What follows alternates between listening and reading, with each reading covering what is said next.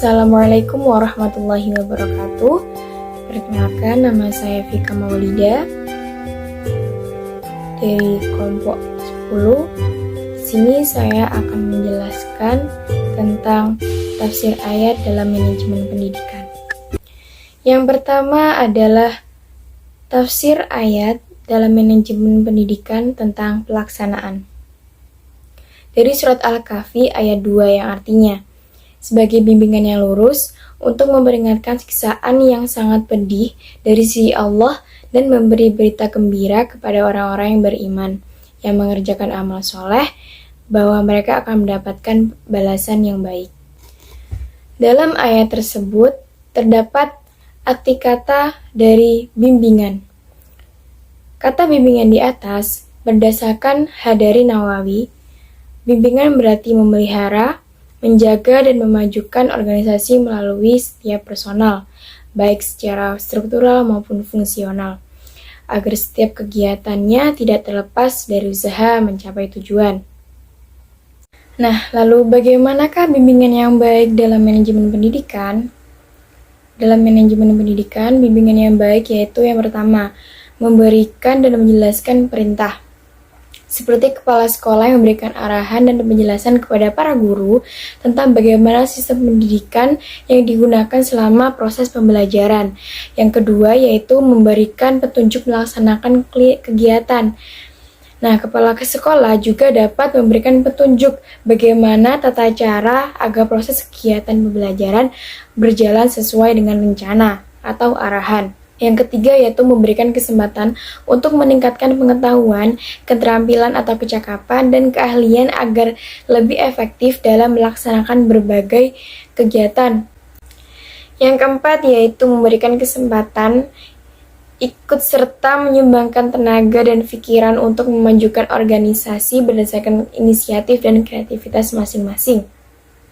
Jadi para guru dan anggota juga dapat memberikan tenaga dan pikiran seperti ide-ide kreatif dalam meningkatkan suatu sistem pendidikan, agar suatu sistem pendidikan juga dapat berjalan dengan baik dan tidak monoton hanya begitu-begitu saja. Yang kelima yaitu memberikan koreksi agar setiap personal melakukan tugas-tugasnya secara efisien. Dari penjelasan tersebut dapat disimpulkan bahwa dalam sebuah manajemen pendidikan sangat diperlukan dan sangat penting sekali adanya fungsi pelaksanaan atau actuating. Karena dalam suatu perencanaan untuk mencapai suatu sistem atau konsep pendidikan yang baik harus disertai dengan bimbingan, arahan, dan membuat suatu proses pendidikan secara terstruktur agar terlaksana dengan baik dan lebih efisien.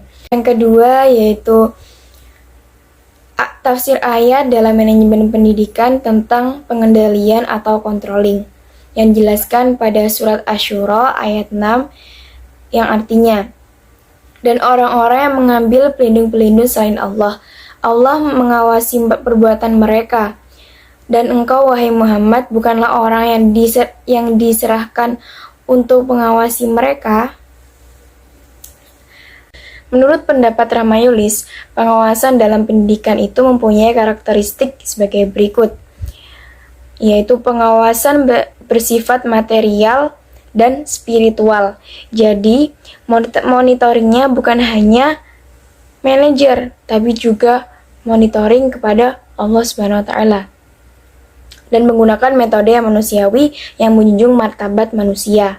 Dari penjelasan barusan, disimpulkan bahwa dalam manajemen pendidikan itu membutuhkan suatu pengendalian, dan yang melakukan suatu pengendalian itu adalah seorang manajer. Nah, itu adalah tugas utama seorang manajer dalam ruang lingkup pendidikan, agar mengetahui bahwa tujuan yang ingin dicapai berjalan sesuai dengan rencana atau tidak. Jika tidak, mengapa dan apa faktornya, supaya nantinya bisa diperbaiki menjadi berjalan dengan sesuai rencana yang telah terstruktur sebelumnya, serta dapat menjadikan suatu sistem pendidikan atau proses pendidikan berjalan dengan baik. Sekian penjelasan dari saya. Mohon maaf apabila ada salah kata dan pengucapan. Terima kasih. Wassalamualaikum warahmatullahi wabarakatuh.